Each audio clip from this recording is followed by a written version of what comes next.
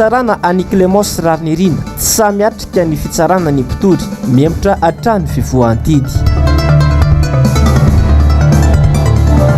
Tontolo ny fandraharana ny tsy fampiniasa no mahatonga ny tsy fanaran-dalàna hoy ny fisemare. Fiadina ny amboarany Afrika taranjatolona tapitra hatreo ny lalana ho an'ny Madagasikara. Talata 4 Mey 2024 kafaliana sy ampitiavana tompokilasy sy tompovavy no iarabakanao amin'ity ariva ity tonga sondrianao atao anatin'ny famparalam-bavao ny fahitalavitry ny MBS koa dia manasanao ampanajana sy ampitiavana tianako anaraka ny vaovao hatramin'ny farany. Ny lafimavao politika avy hatrany niakatra fitsaran'androany tetsy Anosy Ramatoa Clémence Rarnirina toy n'ilay raharaha ny samborana azy tetsy Akorondrano no ny etsika fitakina ny fialan'ny ben'ny tanàna eo amin'ny toerany ity raharaha niakarany fitsarana tamin'ity androany ity fanadihadiana avy hatrany ary eo amin'ny sary Sindratsahan'ny Toky Ramarola. Naemtra indray ny fivoahan'ny didy momba ny raharaha fitorian'ny fanjakana malagasy any Clémence Rarnirina izay mpanolotsaina an-tanàna ny Antananarivo renivohitra. Fandroany zao no tsy tonga miatrika ny fotoam-pitsarana ny fanjakana malagasy izay mpitory raha toka tonga hatrany ny toriana dia Ramatoa Clémence Rarnirina. Androany zao nitady voatondro fa ivoahany didim-pitsarana momba n'ity raharaha ity saingy tsy tonga indray ny mpitory. Satria tamin'ny farany teo zany dia tokony andeha androany dia niemitra indray zany tsy avy ety aminay ny nampiemitra azy izay tsy nangataka fanemorana mihitsy ary zay vonona foana niatrika ny fitsarana mahakasika an'io raharaha io zany anaporofona ny tsy mahameloka ny olona izay rovanay amin'izao raharaha izao fa ny avery amin'ny ankilany zany no nanemitra azy. Tsy tonga ny solotenany ata malagasy dia LC moa zany tokony hifotra eo raha amina raharaha tahaka izao na hoe misy mpisolo vavy izay misolo tena azy dia tsy nisy zany zay zavatra zay dia automatika tsy maintsy aemitra fitsarana izy satria tokony fanatrehana le raharaha. Ary rariratrany ity mpanolotsaina an-tanàna miady amin'ny tsirariny eto Antananarivo renivohitra ity. Tsy mety avoaka ny didim-pitsarana azy ary tsy afaka maneho hevitra izy noho ny raharaham-pitsarana izay anenjehana azy. Misy ambadika nefa izany rehetra izany. Midika zavatra aminay mihitsy le izy fa tsy ho teneninay inona le dika ny amdikanay azy. Ny 7 Aprily lasa teo no nosamborin'ny mpitandro filaminana tetsy Antanimena i Clémence Rarnirina raha nitaky ny fialan'ny ben'ny tanàna naina Andritsitoaina. Raharaha maro mamofopofona kolikoly no antony nitakiny ity farany ny fialan'ny ben'ny tanàna. Anisan'izany ny findramam-bola be miompampany 2.4 miliara ariary tao amin'ny CNAPS izay tsy nampahafantarina ireo mpanolotsaina an-tanàna. Ny raharaha SMGD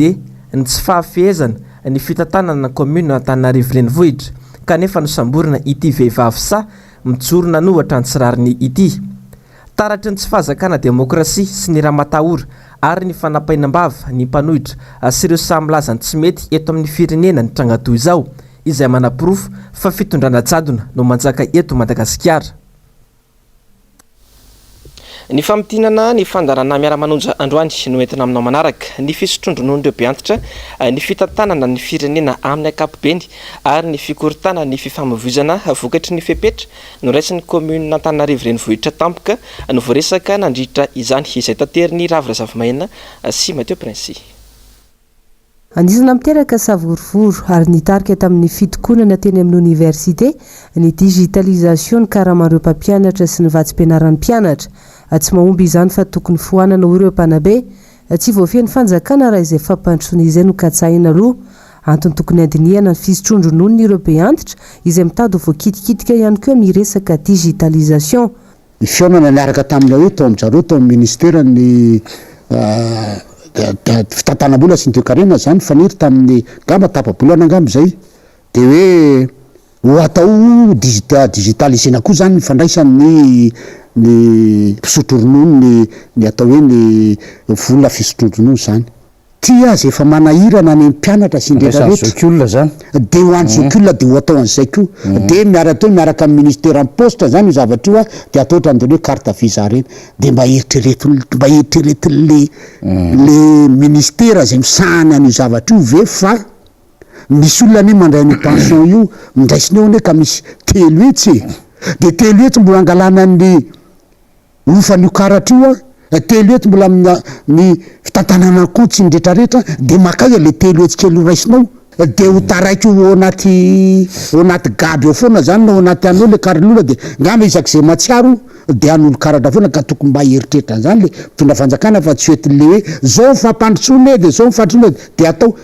tsy mahagaga rahatratra oriana fampandrosoany Madagasikara hoy ny solombavam-bahoaka Rambosalama olombitsy no mahazo tombotsoa eto fa tsy ny malagasy rehetra ambava fotsiny ihany hoe manan-karena i Madagasikara saingy ny eo ambony no mikokany mamy raha vao maika miaina anatin'ny tsy fahampiana ny ankamaroany malagasy tsy fahaizana mitatana ny raharaham-panjakana tsy fahaizana mitatana n'ilay firenena tsy fahananana vision amin'ny tetika fampandrosoana le firenena ary ny tsy fahaizana mametraka ny lara-pahamehana amin'ny fitantanana ny raha-panjakana no mahatonga malagasy tahaka zao tsika malagasy de tenenina foana firenena manan-karena fa mantra le olo ambony ninona ny antony satria la iarena atao hoe resource naturelle zay ananan'ny malagasy eo ambanin'ny tany ao na ao anaty ranomasinao dia tsy voatsinjara araky ny tokony ho izy fa sokajin'olona manodidina ny mpitondry sokajin'olona eo amin'ny fitondrana no mikokany zany zavatra zany ankoatra izay nilaza ihany koa ity solombavam-bahoaka ity fa miteraka korontana ao amin'ny fifamoivoizana ny fanavaozana nataony fiadidiana ny tanàna na Antananarivo renivohitra makasika ny fanovana lalana eny Andohana Analakely atonga hatrany andrefa nambojana ary ny fitohanana ho an'ny androany fa hatramin'ny androany mbola mandringa tanteraka ny tontolon'ny asa sy ny famoronana asa eto Madagasikara anisan'ny antony mampirongatra ny tsy fanarahan-dalàna isan-karazany ataony orinasa sasany ny fitondram-panjakana nefa atao tsirototra amin'ny zavamisy fa mbola variana amin'ny zavatra tsy laharam-pamehana sy amin'ny tombotsoan'izy ireo manokana miala irarombana sy andry rakoty malala tsy manapidiny ankamaroany malagasy indrindra fa ireo tanora amin'izao fotoana izao no ny tsy fahampian'ny tolotra asa sy ny famoronana asa eto amintsika izany taona nefa dia misy hatrany ireo tanora mivoaka amin'ny fianarana izay zary lasa manao asa tsy mifanaraka amin'ny diploman'izy ireo akory ao anatin'izany manararoatra manao nataony ihany koa ny sasany amin'ireo orinasa ohatra amin'ny fandroahana mpiasa tsy ara-dalàna anton'izany rehetra izany tsy fahampian'ny tolotra asa eto Madagasikara tsy misy mihitsy hatreto ny fandraisana andraikitra ny fitondram-panjakana amin'ny fanomezana asa ho an'ny olom-pirenena ka mampirongatra ihany koa ireo asa tsy ara-dalàna na ny sekteur informel eto amintsika nahatratra 3.7 isanjato izay sehatra tsy ara-dalàna izay tamin'ny taona 2024 ary mbola manodidina eo amin'ny io hatrany izany tamin'ity taona 2024 ity didy na andraiky ny fitondram-panjakana ny mamorona asa ho amin'ny firenena anankiray hatreto aloha ny zavatra hita dia le olona zany hoe le vahoaka indray no mamoronao asa ho an'ny tenany zany hoe zany makany amin'ny secteur informel zay zany betsaka tsy famoronana asa maritra misy ohatra hoe ren'le fanamboarana sekoly manara-penitra reny nge voafetra fa ny zavatra ilain'ny vahoaka malagasy zany ilain'ny mpiantsehatra dia asa maharitra asa mendrika jeran'izay fa noho ny fahabetsahan'ny tsy anasa satria tsy ampy le tsenany asa mahatonga ny tsy fanarahan-dalàna be dia be misy satria amin'izao fotoana zao miriaria misy ny orinasa zay mahatonga n'le hoe temporaire foana satria betsaka le tsy anasa mampiditra izy androany rapiditra izy mandroaka dia tsy manapidiny le mpiasa malagasy fa dia miaritra ny tsindry azo lehana isan-karazany zay hita eny anivon'ny toeram-piasana vaovao avy any Ambatondrazaka dia mitaraina ireo mpamboly any amin'ny faritra loatra noho ny fitotongana ny vidin'ny vokatra izay vokarin'izy ireo izay miteraka faty antoka ho an'ny ireo tatsaha nanao ny fanadihadiana momba izay indrindra moa androany ny namana mpanao gazety Niry Andrianarivony MPS avy any Ambatondrazaka miantso vonjy ny tantsaha tia loatra malona ny fitotongan'ny vidim-bary amin'izao fanombohan'ny tao-panangonam-bokatra izao tafidina hatrany amin'ny 700 ariary ny vidianan'ny mpandrara ny vary akotry ireklao mahatsiaro tena ho vomafy ireo tantsaha manoloana izany tsy miverina amin'ny masikarenanay ho ireo tantsaha raha tsy any amin'ny 700 ariary ny ireklao satria efa manodidina ny 4 tapitrisa anoany ny maskarena ao anatin'ny tambary iray hektara mahafako tsy mahalion sara mihitsy 500 arivo raha mikasika ny resaka vidim-bary io zany iny tena miteraka olana aminay aty amin'ny tantsaha aty satria ny antony dia tsy arakaraka le dépense lany amin'le vary zany hoe le saraka atsazany ohatra ny lafilafo ihany nefa le vidim-bary tonga izy ity ny fampakaram-bary lasa ohatra ny milatsaka ambany debany fa raha ny tokony izy zany tokony jeren'ny fanjakana akaiky zao vidim-bary zao farafa ratsiny mba efa-jato sy arivo ny kilôny akotry antididina 500 sy arivo efa-jato sy arivo satria zavatra mahavariana sy mahagaga ny tompoko aty aminay tatsaha zany zao ny vidim-bary dia morotsaka nefa ny mahitsy zay miakatra makany Antananarivo tsy dia hitanao loatra ny fianany dia hoe aiza ho aiza mitondra amin'izao mahita ve izy ny majinika ny vahoaka tatsaha zay verina fa 5 mahafaponareo hoe zay vidim-bary vidiana zalany varinareo zay tsy mahafapoana satria raha mihoatra amin'ny masopaianay zany ambany dia ambany izy satria raha mihoatra tamin'ny topambolena roapolo sy raika amby roapolo sy arivo zao ny vidiny zezika tamin'ny teo nisondrotra ataoko eo amin'ny 70% eo dia teo amin'ny fanetsana ny karaman'ny olona koa zany ny main d'œuvre sondro ataoko eo amin'ny 50% teo eo mihoatra tamin'ny taona lasa hatreto tsy mbola hita izay fandraisana andraikitra atao ampitondra fanjakana fa ireo samy tantsaha sisa no mifanoro hevitra fanamoaka fanambarana androany ny syndika ny mpiasa ny ministera ny fanabeazam-pirenena sy ny fampianarana teknika momba ny olona ny fampianarana amin'ny ankapobeny mihitsy sy ny marary ny mpampianatra amin'ny ankapobeny ihany koa no votoatiny fanambarana nivoaka tamin'ity androany ity na tsipria zay avetrany ary eo amin'ny sary sindra-tsary ny tokora marolahy teboka amapolony no takiny syndikalista mivondrona ao anatin'ny vovonana PASEM izay vondrona ny syndika ny mpiasan'ny fanabeazam-pirenena sy ny fampianarana ara-teknika raha fehezina ny fanambarana izay navoakan'izy ireo dia tsapa fa marary ireo mpiasan'ny fampianarana sy ny tontolo ny fanabeazana eto Madagasikara ankehitriny dia mbola misy ny resaka mandeha momba ny fampidirana mpiasa izay loza mitatao ho an'ny fanabeazana sy ny tontolony hoiatran'ny PASEM loza manantanina loza mitatao misy fisondresaka zany mandeha any hoe io resaka intégration io dia ho atao amin'ny alalan'ny concours na endrika fifaninanana zany zay zavatra mbola tsy nisy mihitsy hatramin'izay ka mangataka zany zahay eto mba hialana amin'ny zavatra mety ampikorotana dia aoka re tompoko le mpiasa-panjakana zay contractuel efa nisitraka ny lizy hatramin'izay mba handeha amin'ny fomba ny intégrena azy hatramin'izay ihany fa raha hiditra amin'izany resaka concours zany dia alomba le vaovao aty ariana no fehezan'izay fa manjary lasa misavoritaka be ny any ny sain'ireo contractuel mbola tsy intégré mieno an'izany resaka miely zany engany mba tsy ho mariny zany aloha fa dia ampahafantarinay aloha ny fisian'izay mba hisorohana ny mety ho fikorotanana hitranga amin'ny masindika ny sindika dia ny marary ny mpiasa notaterin'izy ireo misy anefa ireo manao raha matahora amin'ny endriny maro samihafa amin'ireo syndikalista ny antsika eto rehefa maneho hevitra na tsy seritreritry ny anakorotana azy na hitarika grevy fa milaza ny zava-misy dia ny manavanana antsika dia ny anapaka an'le karaman'le olombelona na ny anafoana n'ilay contrat tsy androso mihitsika tompoko raha ohatra ka ohatra zany ny fomba fiasa sy ny fomba ifampitondrana ka dia mba mangataka izay mba esory ao an-tsaintsika re le fampitahorana sy le fahaizana mifampigafogafo sy mifamingapingana manavanana antsika io fa dia io ihany nefa tsy nampandroso tsy nahatafitatsika hatramin'izay ankoatr'izay dia takin'ireto syndikalista ireto ihany koa nametrahana olona mafety tsara ny asany eo amin'ny toeran'ny DRH eo anivon'ny ministeran'ny fanabeazam-pirenena fa velotaraina ny mpianatra izay mianatra amin'ny université mpanjakana amin'izao fotoana izao saika tapaka hatrany mantsy ny fampianarana noho ny fitakiana izay manao sesilany eny akatso eny toy izao indrindra moa ny fitarainan'ireo mpianatra nanaovany Jessica Miray sy Manora Andriamalala fanadidina tamin'ity androany ity izy roa vavy ireto no mialy sy narindra mpianatra mipetraka amin'ny tranon'ny mpianatra ety akatso samy avy any amin'ny faritra aloatra mangoro tonga eto Antananarivo mba handrato fianarana ambony maro na tonga ny safidy hianatra amin'ny université miankina amin'ny fanjakana io ny mari-pahaizana voalohany indrindra fa eo ihany koa ny tsy fisina ie voalohany indrindra aloha ny diplôma ara-panjakana tena hafa kokoa noho ny diplôma privé zay safidianana an'le izy hoe any fanjakana zay koa anaty mba zaka zany le tsy hoe saram-pianarana moa zany mba droit sy mba azo iainana tamin'ny université privé tamin'ny université privé.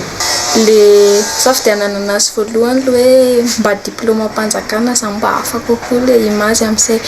dia le resabola koa le ray aman-dreny somary sahirana dia hoe université mpanjakana mba tsy mandoha vola.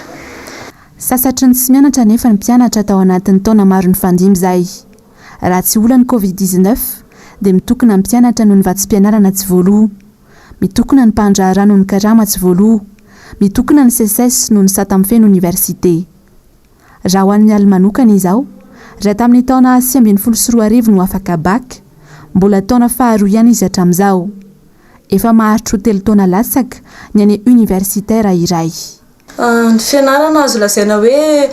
mikorontana be aloha le izy raha ny tena marina mikorontana be satria au lieu de tokony ohatra zao licence ho azo telo taona dia mety ho 5 taona any zay le izy vao azo le izy satria be dia be ny confinement teo lava be zao koa mbola misy grefy dia mbola ela be. Tena mampijaly le izy satria zay zao baka 2016 dia avy eo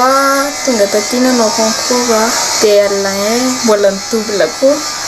dia vao tamin'ny herintaona vao nahazo licence efa 5 ans zany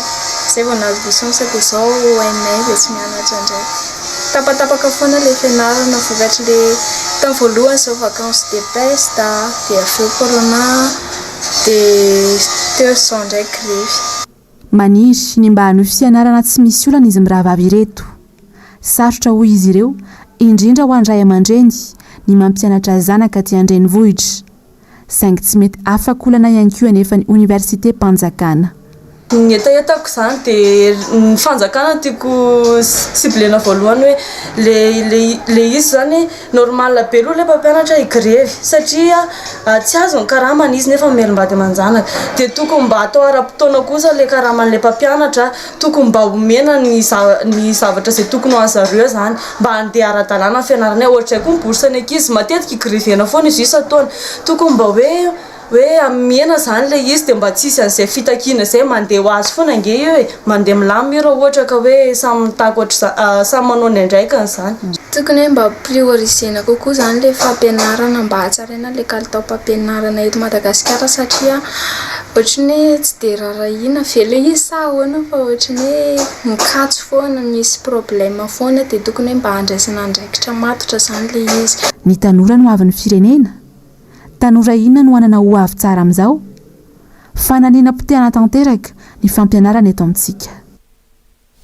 Mitohy hatrany ny fandraisana andraikitra ataon'ny Fondation pour les aires protégées et la biodiversité de Madagascar eo amin'ny fiarovana ny tontolo iainana eto amintsika. Tamin'ny tindray mitoraka ity izao dia miara-miasa amin'ny la teinturerie association artiste izy ireo amin'ny fanentanana ny olona sy ireo tanora hitondra ny anjara birikiny eo amin'izay lafiny izay nanao ny angom-baovao mikasika izay mialy raronombana sy andry rakoto malala. Mahatratra 7,9 hektara isan'ny taona ny fampitehan'ny ala eto Madagasikara. Antony maro no mahatonga io fahasimbany io ka anisan'izany fahasahiranana iainan'ny malagasy. Iarahany rehetra mahalala nefa fa mitondra zava-tsoa maro ary ankinan'ny fiainan'ny zanak'olombelona ny zava-maniry sy ny zava-manan'aina. Antony tadiavam-baolana hatrany amin'ny fiarovana ny tontolo iainana eto amintsika. Singanina ary aran'ny antso fanarana voalohany ao anatin'izany ireo tanora ka amin'ny alalan'ny zava-kanto izy tena mahasarika ary ananan'ny malagasy talenta no anaovana ny fanentanana. Ny fiarah-miasanay moa zany amin'ny fifaninanana tetika asa zava-kanto ho anairana sy anentanana ny fiarahamonina indrindra fa ny tanora hiaro ny karazan-java-manan'aina eto Madagasikara sy ny faritra rovana. Ny fiainantsika olombelona dia miankin-doha betsaka indrindra amin'ny karazan-java-manan'aina eto Madagasikara betsaka be mihitsy zany. Raha tsy misy ny ala tsisy rano tsy afaka mamboly isika, tsy afaka misotro rano na misakafo ihany koa isika. Ny angovo izay station hydroélectrique moa zany betsaka eto amintsika dia miena ny rano tonga amin'ireny famokarana herinaratra ireny. Donc ao anatin'ity fifaninanana ity zava-dehibe ho anay zany no mampahafantatra ny fiarahamonina hoe ny fiainantsika dia mianki-doha amin'ny karazan-javananana ka mila miara-mientana sika miaro an'ireo amin'izay tandrifiny tsirairay avy. So Madagasikara dia en moyenne eo amin'ny 6,6 alina eo ny tany hectare ny tany fampitehan'ny ala isan-taona. Madagasikara koa nefa dia anisan'ireo firenena 10 izay tena vulnérable indrindra amin'ny fiovan'ny toetr'andro. Teraka catastrophe naturelle satria Madagasikara ilay izy mafimafy kokoa. Amin'ny alalan'ny fifaninana ara-javakanto antsoina hoe art biodiversité izay avotra amin'ny alalan'ny asa soratra, ny mozika mifandray amin'ny fiarovana ny tontolo iainana moa no anaovana izay fanentanana izay. Ankoatran'ireo mpanakanto, afaka mandray anjara ao anatin'izany fifaninanana izany ihany koa ny firaisan'ny fiarahamonim-pirenena sy ireo orinasa misehatra eo amin'ny lafiny ara-tsosialy. Amin'ny 30 volana Jona izao moa no farafandraisana ny antota taratasy ny ireo rehetra andray anjara amin'ity fifaninanana ity. Nanao tatitra mikasika ny fandaniana tamin'ny Covid-19 ny fiarahamonim-pirenena androany tetsy Antaninarenina. Mialo namoahana ity tatitra ity dia nisy ny fanadihadiana izay nataon'izy ireo. Tsy nampiasaina tamin'ny tokony ho izy ny vola natokana ho an'ny Covid-19 raha araky ny tatitra natao tamin'ny mpanao gazety. Anisany anatrika izany i Jessica Miray sy Manora Andriamalala. Efa namoaka tatitra mikasika ny fampiasam-bola azo tamin'ny Covid-19 ny Cour des comptes ny volana febroary lasa teo. Nahita tsy fahatomombanana maro tamin'ny fitantanam-bola toy ny fanodikodinana, ny kolikoly, ny fampiasana vola tsy voazava. Vola mitentina hatramin'ny 2,7 tapitrisa ariary no fantatra fa nampiasaina tamin'ny fandaniana tsy voamariny. Androany namoaka tatitra mikasika ny fampiasam-bola ihany koa tamin'ny Covid-19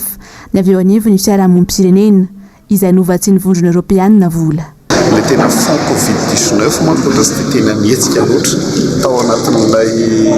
ady zany satria tsy niasa ilay comité de pilotage ny multisectoriel d'urgence izay tokony manetsika ny fampiasana ny vola Covid-19. Ny volanay tiana tamin'ny Covid-19 zany tany amin'ny vola hafa ny tena nampiasaintsika fa le vola natokana tamin'ny Covid-19 ohatra tsy tena nietsika loatra dia nisy ny fampiasam-bola izay mazava ho azy mampametraka fanontaniana ihany moa zany ao anatin'ilay izy hoe ny vola omenany jiramavy adiny Covid-19 sa tsy adiny Covid-19 satria izay efa misy foana na nisy ny Covid-19 na tsy nisy ny Covid-19 dia efa nomena vola foana zany ny jirama na tsisy tetolola natokana ao anatiny. Dia ny zavatra ohatra hoe hitanay tonga tamy fanadihadiana ohatra hoe ny vola omenany jirama izay ny tena mahazotraka farany dia ireo mpamatsodika amin'ny jirama dia tena aingana dia aingana no nanomezana amin'ireny vola ireny mihoatra amin'izay vola hafa tokony amin'ny resaka ara-tsosialy ohatra ny somary tarataratsika rehefa andoha amin'ilay vola ny amin'ny sehatra hafa.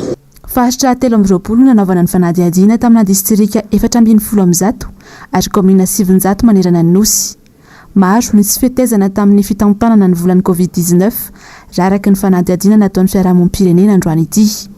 Nahitana kolokolo ohatra ny teo amin'ny tosika izay nataon'ny fanjakana, teo ihany koa ny tsy fangahararana teo amin'ny tsenam-bary-mpanjakana. Itsika mahafantatra zany fa maromaro ihany ny tsy fitezana zany ny fitantanam-bola miatrika ny Covid-19 tao anatin'izay ohatra ny tsy dia tena nahafahana nampiasa loatra n'ilay fond Covid izay hoe iny tena tetikasa tetik-bola zany tokona entina miaritra amin'ny Covid-19 nefa n'ilay tsy fiasan'ilay rafitra tokony entina nitatana an'izay dia tsy tena nietsika loatra ilay vola tao amin'ny fond Covid fa lasa tany amin'ny vola hafa zany no nampiasaintsika tao anatin'ilay tamin'ny faran'aretina. Saika mijanona ho tatitra fosiny nefa izany hatreto. Tsy nahitana toy ny intsony taorian'ny tatitra nataon'ny Cour des comptes. Izao namoaka tatitra izao ihany koa araka izany ny fiarahamonim-pirenena. Andrasana izay mety ho toyny. Fa hiavaka amin'ny rehetra ny fanamariana ny fankalazana ny fetiny ireny amin'ny alalan'ny vatra fampiratiana izay atao etsy amin'ny magrobeoririka ny zoma sy ny sabotsy ho avy izao. Omena lanja manokana amin'izany ireo zokiolona satria ny vola rehetra azo avy amin'ireo pampiranty dia natokana anampina ireo zokiolona sahirana sy marefo avokoa. Ando miaratiana sy toky raha marolahy. Itsika goavana tsy mena amin'ny tamin'ny hafa fa ry miavaka amin'ny rehetra. Nivarotra fampirantiana ho atao hoe tsy amin'ny magrobeorika ny zoma 7 sy sabotsy 8 May ho avy izao. Anamariana ny fetin-dreny. Saika ho hita ao an-toerana avokoa ireo karazana entana rehetra mety ho atao fanomezana ho an'ny eny mandritra ireo 2 andro ireo. Voninkazo, asa tanana malagasy, haingo samihafa ary tsy nadinoana ihany koa ny sakafo. Hiavaka ny fotoana satria tsy vitany mahazay ilaina ianao fa mandray anjara ihany koa amin'ny fanampiana ireo zokiolona sahirana sy marefo eto Antananarivo. Ireo vola rehetra azony mpikarakara amin'izao etsika izao mantsy dia atokana ho azy ireo avokoa raha nambara ny mpikarakara. Iarahantsika mahalala fa mizaka ny tirany aina ny be antitra amin'izao fotoana izao amin'izay vola kely izay raisin'izy ireo isam-bolana ary tsy vitan'izany ihany fa manao viveriny aina izy ireny raha ohatra ka hoe amin'ny 3 maraina dia efa mandeha amin'ireny toerana fizaram-bola ireny ka raha ny tsy fandriampahalemana misy eto amin'ny firenena dia tsy tokony handray an'izany risika izany intsony ny zokiolona. Raha resaka mikasika manokana ny vola raisin'izy ireny ohatra dia tsy ahivina fa efa niteny Dejiany Knapsa teo aloha fa tokony isitraka mihoatra lavitra noho izay efa isitrahan'izy ireo amin'izao fotoana izao ary marina izany raha mijery ny vola izay ampindramin'ny Knapsa etsy eroa ny zavatra misy anefa dia mampalahelo fa vola tapitrisa ny tsiraidraй no tsy azon'ny zokiolona ary ny fampanantenana izay efa nataon'ny fitondram-panjakana izay isitrahan'izy ireny fisondrotan'ny pension tamin'ity volan'ity ary dia tsy nisy akory ka izany indrindra no mahatonga anay te hitodika manokana amin'ireo reny be antitra amin'izao akatoko ny fetin'ireny izao mba hitondra ny firesankinanay hitondra ny izay tsirambony tananay marina fa tantely tapabata ihany fa ny fonay manolotra no zava-dehibe ary mazava ho azy fa ny vola izay azon'ireo exposant na ireo mpivarotra ao anatin'izany varotra fampirantiana izany dia ho an'izy ireo manokana fa ny vola azonay mpikarakara kosa no entinay manaovana izy fanomezana izany ka anangainay antsika ho tonga maro satria asa fanasoavana mpiarabelona izao ataontsika izao. Ianao sisa no andrasana aza misalasala makeny amin'ny magrobeorika ny zoma sy sabotsy ho avy izao raha hitady fanomezana ho an'ny eny. Tsy misy fitsipidirana kotongava maro. Vaovao ny fanatanjahantena iray dia taranja fanatanjahantena vaovao izay tena tsy mbola be pahalala ny antsoina hoe kitesurf eto Madagasikara. Efa maro anefa ireo mpikatroka ity taranja ity eto amintsika. Manana toerana tsara ihany koa isika eto Madagasikara entina anaovana izany hakantony izany indrindra ny hetsika manomboka ny 9 ny volana May ho avy izao ka hatramin'ny 9 ny volana May izay ho tanterahana any hetiako avitra sondrabe sy Mathieu Prince. Manana ny lazany sy ny maha izy azy ny malagasy raha eo amin'ny resaka fanatanjahantena indrindra eo amin'ny resaka haiady. Maro ireo taranja ara-panatanjahantena no mivelatra sy mitondra avy ny voninahim-pirenena. Ankoatra ireo taranja izay mila fahasahiana sy mahery herisetra dia efa mivelatra mahazo laka ihany koa ny taranja kitesurf na ny planche izay lalaovina eny ambony ranomasina. Maro ireo toerana azo anaovana azy ity eto Madagasikara toa ny ao Manoro izay efa tsy misy vina amin'rehetra. Efa manomboka manintona ny tanora izy amin'izao fotoana izao indrindra ireo any amin'ny sisintany ary efa maro ihany koa ireo teratany malagasy no mampianatra azy ity ankoatra ireo teratany vahiny.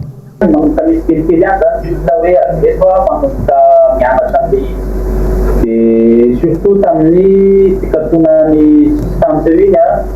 nentomboky koa ny résidence locaux zany no manomboka kitesurf. Efa maro ihany koa zany any gasy manomboka mampianatra kitesurf ary izay rehefa manana le compétence formateur na mpianatra kitesurf revenu na eto Madagasikara na ny ivelany. Zay koa zany ny tombona efa misy gasy afaka mampiasana olona mpianatra anio kitesurf ary miezaka be izahay manosika sy mampirisika an'izay gasy zany hoe aroso tsy moramora ny fidirany gasy amin'ity taranja ity izay hitantsika vaovao fa raha jerena ny zava-misy amintsika dia afaka telo efa taona izy io dia mba tsy vaovao intsony fa ho lasa fanatanjahantena malaza tena malaza eto amintsika. isan'ny misarika mpizahan-tany maro ity taranja ity noho ny fananantsika ireo toerana izay isan'ny tsara ary mahafeno fepetra rehetra raha ampitaina amin'ireo nosy manodidina antsika, ohatra amin'izany ny ao amin'ny be de Sakalava ao Tego izay sokajiana isan'ny tena tsara indrindra maneran-tany ihany koa. Entina piroboroboana ity taranja ity sy ny fizahan-tany dia isy ny festikety izay ho tanterahana ao Tego manomboka ny alakamisy ka hatramin'ny sabotsy ho avy izao. Antony dia ny ampionana sy isintomana ireo mpankafy na avy eto an-toerana na avy any ampita, fa eo ihany koa ny ampitomboana ireo traikefa izay fananan'ireo milona amin'ity taranja ity ary hivizana ireo sampana telo misy ao anatin'ny kitesurf. Vaovao ny fanatanjahantena izay hatrany dia raraka tsy tafita amin'ny dingana manaraka. Ny atleta malagasy nandray anjara tamin'ny lalao fiadiana ny amboaran'ny Afrika taranjatolona izay natao tany Maroc. Maro moa ny lesoka mila renina ahafahana miatrika ny lalao maro hoy ny filohan'ny federasiona niresaka tamin'ny Ando Miaratina sy Toky Ramarola. Tsy naomby ary tsy nahazo vokatra raraka tamin'ny lalao fiadiana ny tompon-dakana Afrika natao tany Maroc ireo atleta termenandasy solitena ny Madagasikara. Resy ny Tunisiany ny Elodie raraka teo amin'ny ampahifadala ny Rino rehefa lavo ny ilay teratany marokanina ary mbola resy ny rais sud-africain ihany koa tamin'ny repêchage. Raha tany amin'ny fifanitsanana dia efa raraka imbola. Mafo any ekipa malagasy ny atrehana ity lalao ity saika efa manana ny maizy azy avokoa ireo mpifanandrina taminy ka nanano sarotra ny nahazoana vokatra hoy ny mpanazatra. Tsy mijanona eo anefa fa mitontolona iroso amin'ny fanatsarana samihafa ahafahana miatrika ny ho avy. Elodie dia resy nanoloana ilay teratany tunisiana teo amin'ny kombany voalohany Yamriza fantadaza maneran-tany ary efa 12 fois championne d'Afrique, efa vice championne du monde ihany koa ary efa médaille de bronze olympique. Ity teratany tunisiana Amrity ary tsara classement tanteraka izy ao amin'ny classementny fédération internationale. Dia resy ihany koa Elodie nanoloana ilay teratany algérienne izay tsara classement maneran-tany ihany koa tsy teratany algérienne izay nandavo ny Elodie ity dia tapitra hatreo zany ny Elodie ka aloha ny lalana. Ho an'ny mbola indray dia resy ilay teratany sénégalais mbola tany amin'ny Savaranando ka dia efa tapitra hatreo ny lalana ho an'ny mbola. Rino dia resy ilay teratany marokanina kosa teo amin'ny ampahefadalana ary niady ny repêchage Rino niakatra nanao repêchage dia mbola resin'ilay teratany Sud-Afrique indray izy teo amin'ny fiadinan'ny médaille de bronze. Isan'ny lesoka nitarika ny tsy fahombiazana ny tsy fampiny lalao ireo isampirenena andraisana ny Madagasikara anjara fa indrindra ireo olana maro samihafa lalovan'ny federasion izay nampisy fiatraikany goavana teo amin'ny lafiny ara-tsainy mpilalao voatena mpiandohana. Teo amin'ny tirage au sort zany sendran'ny taolany sika akory atao fa zay ny vokatry ny tirage au sort. Ny point faharoa dia ny fahatsapana fa tsy ampy rencontre internationale tanteraka ny mpikatroka malagasy izay lafin'izay nefa dia miankina mety manana tanteraka. Raha malala nefa ny fahasairanana izay mbola andalovanay eto anivon'ny taranjatolona rehefa anangatahanay fanampiana ombenombeny ka dia mbola miandry ny vahaolana amin'izay lafin'izay. Ny teboka fahatelo dia hita sy tsapa ihany koa fa nisy fiatraikany tanteraka teo amin'ny fanomanantenan'ny atleta malagasy indrindra fa amin'ny lafiny ara-tsaina ny savorovoro mialohan'ny fiangana zany hoe le hoe ho lasa sa tsy ho lasa na ahoana ihany na dia niezaka raha izahay mpitatana mitady ny hoentomanana mba ilaminan'ny ankizy mialohan'ny fotoana dia ireny no zava-misy ary hatreto aloha zany dia mbola tsy mivahany olana. Tsy mitsahatra ny manao antsoava amin'ny fitondram-panjakana ity taranja ara-panatanjahantena ity ny anohanana ny ekipa malagasy amin'ny lafiny rehetra tsy hampisy fiatraikany amin'ny lalao tahaka izao. Ny gadona androany eto an-tanindrazana moa ireo atleta malagasy mandray anjara tamin'ity fiadiana izay tompon-dakana Afrika taranja tolona ity. Ny vaovao maresaka iraisam-pirenena dia mahazo vahana ny fiparitahan'ilay aretina variole du singe amin'izao fotoana izao. Tapa-bolana mahera nefa voahita ny zotra aretina. Tsy misy ahina kosa nefa etsakilany ny teo anivon'ny OMS saingy dia efa misy kosa ny fepetra raisina toy ny fanokana monina atao amin'ireo marary. Ravira Zafimaina Tahirinena. Sa propagation ces dernières semaines a suscité de vives inquiétudes. Mais la variole du singe présenterait... atrangana variole du singe misy telo ny voamarina fa voatily tao frantsa androany araky nitatry ny ministera misahana ny fahasalamana ny antoerana firenena eoropeana maromaro ihany koa no ahitana tranga mitovitovy amin'ny variole du singe ho ny mpitsabo ankoatra ny any Australie, Canada ary États-Unis. Ny eto Afrika atranga telo no hita tao Maroc. Raha nitatry Maria Van Kerkhove izay misahana ny Covid-19 amin'ny fikambanany iraisam-pirenena ho amin'ny fahasalamana OMS latsaky ny 200 isan-tranga ayainy any amina firenena hafa. Raha nambaran'ireo manam-pahaizana tany amin'ny faritra andrefany Afrika no nahitana voalohany variole du singe. Ragidro no nahitana voalohany ity aretiny ity ny taona 7,700 ka izay no nanomezana ny anarany variole du singe. Mifindra amin'ny olona izay mifampikasoka amin'ny biby ity aretina ity. Raika amin'ny 20 andro eo vao mipoitra ny soritra aretina ary maritra 2 hatramin'ny 3 herinandro eo izany. Azo atao tsara mitsabo ny variole du singe ho hatrany ny OMS, tsy mbola misy ny tranga atahorana. Ny any États-Unis izay nahitana tranga 10 dia efa mivonona amin'ny fanaovana vaksiny ireo mifampikasoka tamin'ireo marary ny fanjakana. Vaksiny roa no fantatra fa afaka ampiasaina avy hatrany ho ny FDA izay sampana Amerikana misahana ny fanafody. Isy moa ny fivoriana ataon'ireo manam-pahaizana maneran-tany amin'ny herinandro avy io andinihana mahakasika ny fiparitana ity aretina ity. Dia zay ankoa ry tompoko lasy sy tompoko vavy netiko manakatona ny fotoanan'ny fampirahalaam-baovao tamin'ity androany ity isoraka anaona anaraka izany atrafarany aza tonona ataka ny mazatra ny fandarana global news avy hatrany no arainao aorin'izao fotoanany fampirahalaam-baovao izao aorin'izay kosa ny fandarana aona marina ary ny horonan-tsary indray amin'izao mitondra lohateny hoe breakdown kosa no arainao aorin'izay fandarana anankiroa izay mametraka ny veloma mandrapitafa ho amin'ny rampitso indray ry tompoko lasy sy tompoko vavy veloma tompoko.